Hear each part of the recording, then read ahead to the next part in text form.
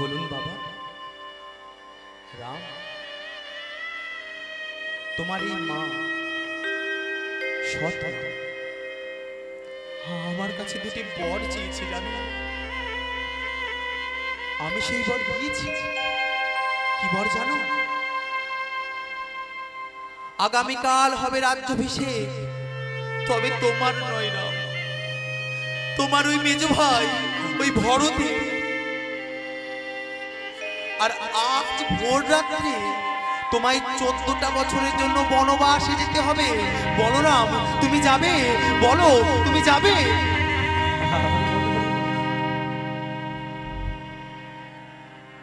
তখন রাম বলছে, বাবা,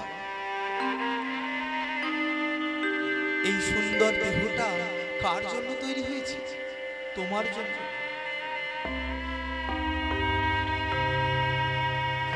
তোমার মনের মধ্যে একটা সৎ চিন্তা ভাবনার উদয় হয়েছিল বলে আজকে আমার এই সুন্দর দেহ।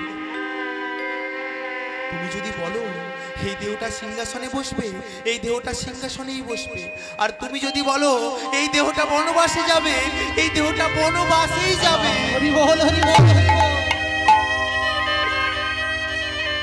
আমার তো কল্যাণ হয়ে গেল বাবা।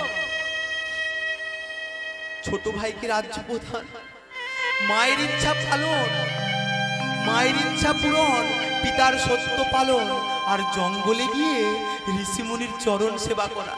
কার ভাগ্যে হয়েছে? আমার ভাগ্যে হয়েছে। আমি যাব বাবা, আমি যাব, আমি ওই বনবাসেই যাব।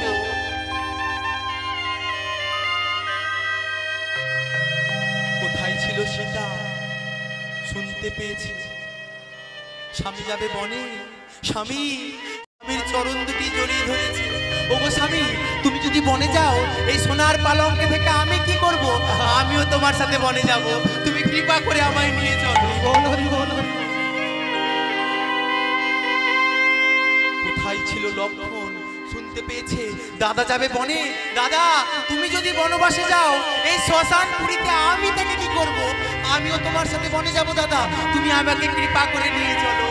ওই কৌশল্যা মা আমায় বলেছিল লক্ষণ যদি ছায়া হয়, রাম হলো তার দেহ। দেহ ছাড়া কি ছায়া থাকতে পারে?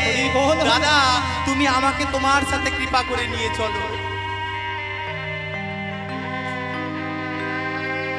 তাই আজকে রাম, লক্ষণ আর সীতা পিতৃ সত্য পালনের জন্য চলেছে 14টা বছরের জন্য বনবাস। এত দুঃখ, এত কষ্ট সহ্য করতে না পেরে আমার দশরথ মৃত্যুবরণ করলে। ওরে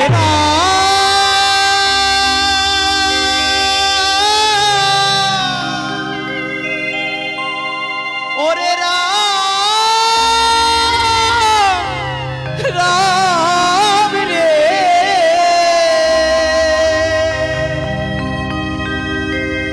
ওরে রাম, আমায় তুই ক্ষমা করে দে। রাম, ওরে আমার রামে রে।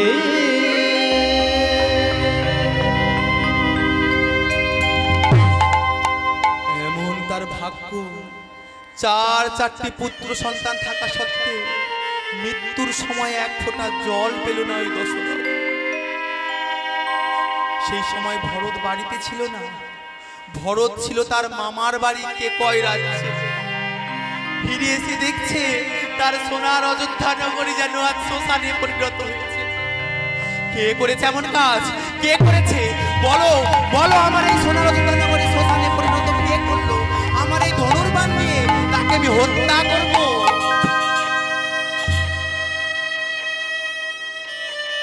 তখন গোটা অযোধ্যা নগরী বলে উঠল, শোনো ভরত, শাস্তি যদি দিতে হয় তুমি তোমার মাকে গিয়ে শাস্তি দাও। তোমার ওই এক মা হতে আজকে গোটা দশরথ, গোটা অযোধ্যা নগরী আজ শ্মশানে পরিণত হয়েছে। মা, তুমি করেছো এমন কাজ? তুমি তোমাকে মা বলে পরিচয় দিতে আজকে আমার লজ্জার মাথা নিচু হয়ে যাচ্ছে। শোনো মা, গুরুজন যদি করে কোনো অপরাধ, পুত্র করে তার প্রায়শ্চিত্ত। তুমি রামকে, তুমি দাদাকে বনবাসে পাঠিয়েছো 14 বছরের জন্য, আর আমি দাদাকে ফিরিয়ে এনে ওই সোনার সিংহাসনে বসিয়ে দেব।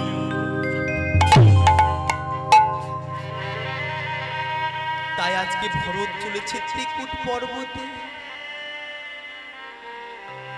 চরণটা জড়িয়ে ধরেছে দাদা। ওগো দাদা,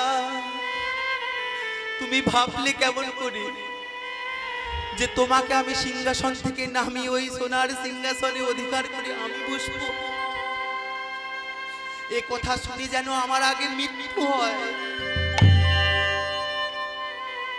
দাদা দাদা, মা যা ভুল করেছে করেছে, তুমি দাদা ফিরে চলো। ওই সিংহাসন আমার চাই না, আমরা 4 ভাই মিলে আনন্দ করে থাকবো। চলো দাদা, তুমি ফিরে চলো। তখন রাম বলছে, ভাই, তোর মতো একটা ভাই আছে এ কথা জেনে আমার গর্বে বুকটা ভরে উঠছে। কিন্তু তুই বললেও তো আমি যেতে পারবো না। পিতৃ সত্য পালন আগে করতে হবে, পিতার সত্য পালন করার জন্য আমি এখানে এসেছি। তুমি যাবে না দাদা? তুমি যাবে না? তুমি যাবে না দাদা? না ভাই, আমি যাব না। তবে দাদা, তোমার ওই খড়ম জোড়া আমার মাথায় দাও। ওই সোনার সিংহাসনে বসার অধিকার তো আমার নাই। ওই সোনার সিংহাসনে তোমার এই খড়ম জোড়া রেখে মাটিতে বসে বসে তোমার ওই 14টা বছরের রাজত্ব করে দেব দাদা।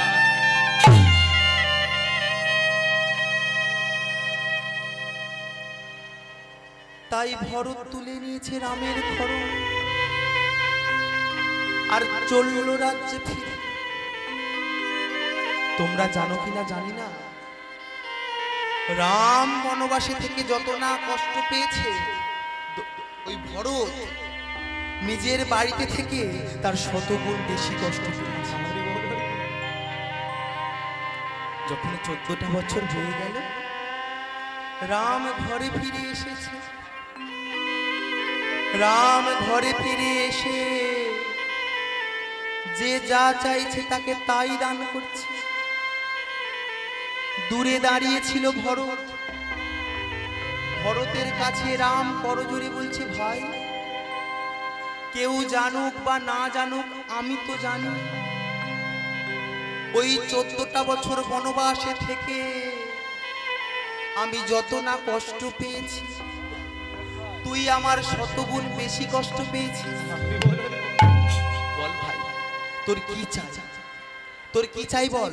আজকে তুই যা চাইবি আমি তোকে তাই দেব। তখন ভরত বলছে, দাদা গো, আমি যা চাইবো তুমি তাই দেবে, বলো আমায় ফেরাবে না। বল ভাই, তোর কি চাই? তখন ভরত বলছে, দাদা গো, ওই 14টা বছর যখন আগে তোমায় বনবাস থেকে ফিরিয়ে আনতে গিয়েছিলাম, তুমি ছোট ভাই বলে আমায় ফিরিয়ে দিলে, কিন্তু তুমি বনে কত নূতন নূতন বন্ধু করলে। কোথায় ওই বানরের রাজা সুগ্রীব, সে নাকি তোমার বন্ধু। ওই রাক্ষসের ভাই বিভীষণ, সেও কিনা তোমার বন্ধু। ওই চণ্ডালের রাজা গুহ, সেও নাকি তোমার বন্ধু। তুমি কত শত নূতন নূতন বন্ধু করলে, আর আমি ছোট ভাই বলে আমায় তুমি ফিরিয়ে দিলে। ওগো দাদা, বর যদি দিতে হয় আমায় এই বর দাও। কি বর দেবে জানো? আমায় বন্ধু করে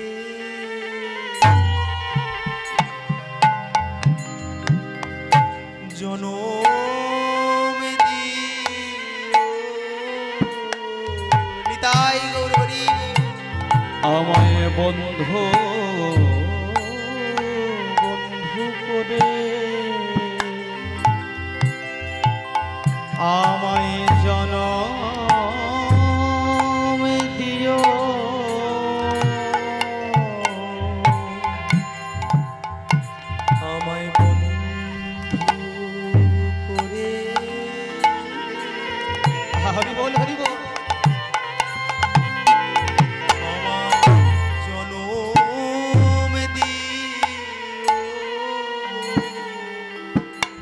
আমায় বন্ধু করে জনম দিও। আমি তোমায় কাঁধে করব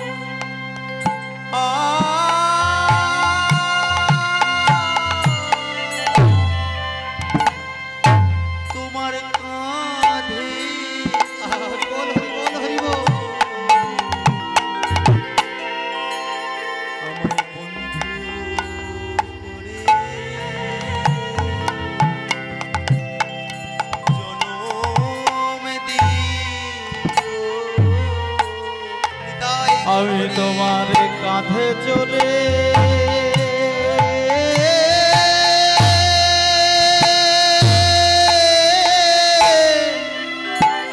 কাঁধে চড়বো, আমায় বন্ধু করে জনম দিও। সেদিন বাধা দিলে শুনবো না। আমায় বন্ধু করে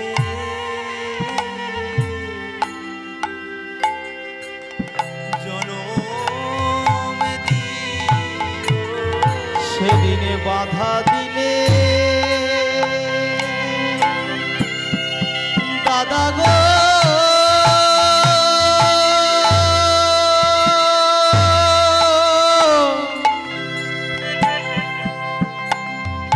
আমি চাই না না না না এই সিংহাসন, দাদা আমি চাই না এই রাজ্যের রাজা হতে। আমি চাই শুধু তোমার মতো আমার দাদা দাদা গো, তোমার মতো দাদা শুধু এই জনমে নয়, না না না না শত জনমে বন্ধু হতে। আমায় বন্ধু করে জনম দিও। ওই ব্রজের ধুলা গড়াগড়ি দেব। আমায় বন্ধু করে জনম দিও। তোমার জগন ধরে গড়ি দেব। আমায় বন্ধু করে জনম দিও। ওই ব্রজের ধুলা গড়াগড়ি দেব। আমায় বন্ধু করে জনম দিও। হরি বল। এই ব্রজের ধুলায় গড়াগড়ি দেব। আমায় বন্ধু করে জনম দিও। ওই ব্রজের ধুলায় গড়াগড়ি দেব। বন্ধু করে জনম দিও। ব্রজের ধুলায় আমি গড়াগড়ি দেব। বন্ধু করে জনম দিও। ব্রজের ধুলায় গড়াগড়ি দেব। বন্ধু করে জনম দিও। ওই ব্রজের ধুলায় গড়াগড়ি দেব। বন্ধু করে জনম দিও। এই ব্রজের ধুলায় গড়াগড়ি দেব। বন্ধু করে জন্ম দিও। ওই ব্রজের ধুলায় গড়াগড়ি দেব। বন্ধু করে জনম দিও। এই ব্রজের ধুলায় গড়াগড়ি দেব।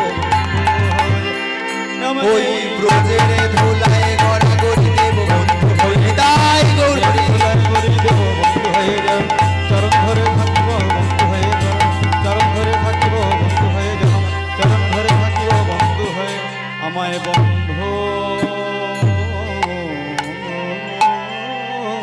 বন্ধু করে জন জন দিও।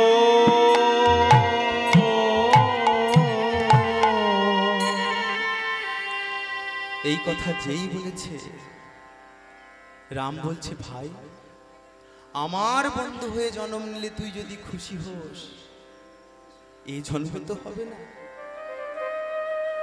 আগত দাপর যুগে আমি হব ভগবান কৃষ্ণচন্দ্র, আর তুই হবি আমার পরম প্রিয় বন্ধু সুদাম। হরি বল হরি দুই ভাই মিলে এমন লীলা খেলা করব যে ভাগবতের পাতায় আমাদের নাম স্বর্ণাক্ষরে লেখা থাকবে।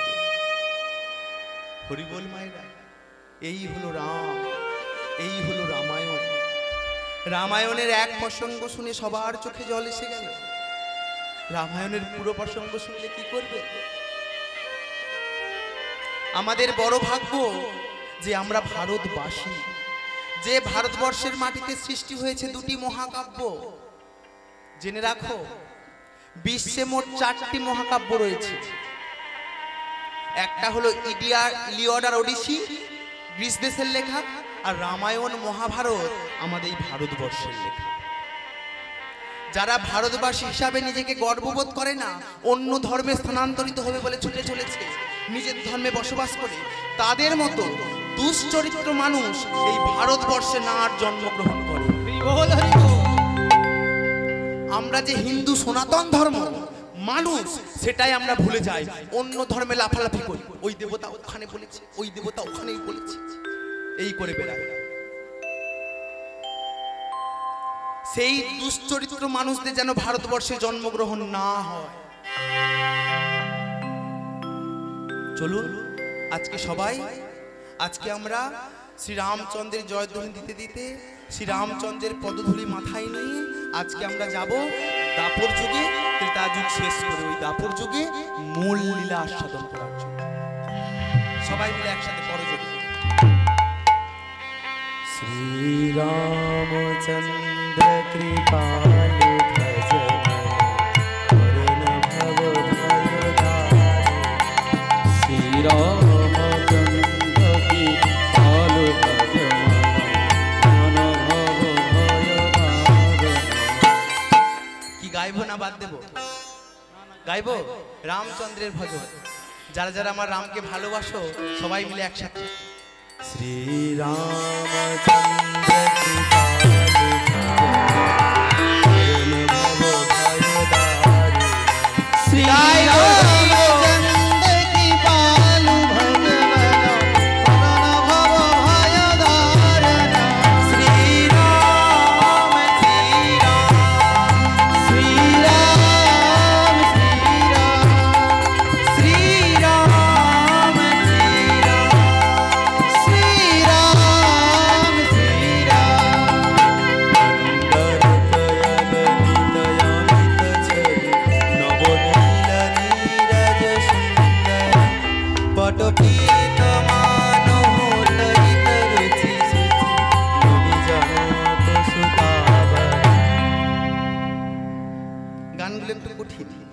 कंदर्पयगणित अमित छवि नव नील नीरज सुंदरम पटुपीत मानव तरित रुचि सुचि नौमि जनक सुतावरम। कंदर्प माने की? कंदर्प माने हलो कामदेव। कामदेव कंदर्पयगणित अमित छवि नव नील नीरज सुंदरम। হাজারো কামদেবের রূপ যদি একত্রিত হয় আর আমার রামচন্দ্র যদি সেখানে দাঁড়ায়, ওই হাজারো কামদেবের রূপকে এক নিমিষে মাটির তলায় মিশিয়ে দেবে আমার রামচন্দ্রের এত বড় ক্ষমতা।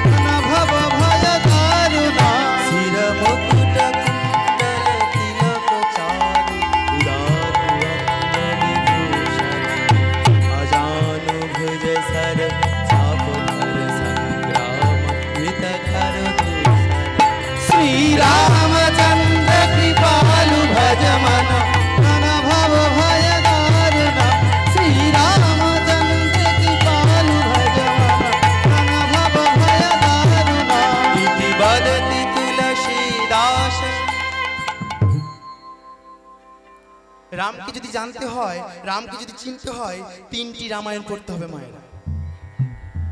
প্রথম তো আমাদের বাল্মীকি রামায়ণ, যেটা মূল রামায়ণ। আর দ্বিতীয় হলো কৃত্তিবাসী রামায়ণ, যেটা বাংলায় অনুবাদ করা হয়েছিল। আর তৃতীয় হলো রামচরিতমানস। এই রামচরিতমানস এই তুলসীদাসের লেখা। তুলসীদাসের লেখা। এর মধ্যে যে কি অপূর্ব বর্ণনা রয়েছে রামকে নিয়ে, তা আমি বলে আপনাদেরকে মুখে বোঝাতে পারবো না। যদি কেউ যদি পড়তে চান, কিনে নিয়ে এসে পড়তে পারে। রামচরিতমানস, রামকে ভালোভাবে চিনতে পারবে। সেই তুলসীদাসের লেখা এই রামচরিতমানস। এই গানটিও তুলসীদাসের লেখা।